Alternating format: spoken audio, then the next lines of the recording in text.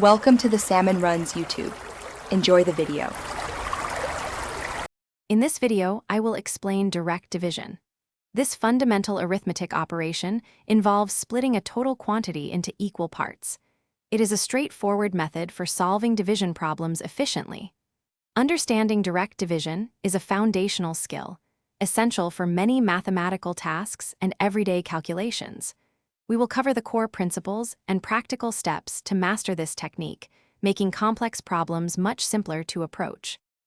To perform direct division effectively, it is important to understand the key terms. The dividend is the total amount you are starting with, for example, 20 apples. The divisor is the number of equal groups you want to create, perhaps 4 groups. The quotient is the answer, indicating how many items are in each group, which would be 5 apples. Any amount not evenly divided is called the remainder. Let's walk through the process of direct division. First, clearly identify your dividend and your divisor. For instance, if you have 15 cookies and want to divide them among 3 friends, 15 is the dividend and 3 is the divisor. Next, figure out how many times 3 fits into 15. It fits exactly 5 times. So, 5 is your quotient, and in this case there is 0 remainder, meaning no cookies are left over.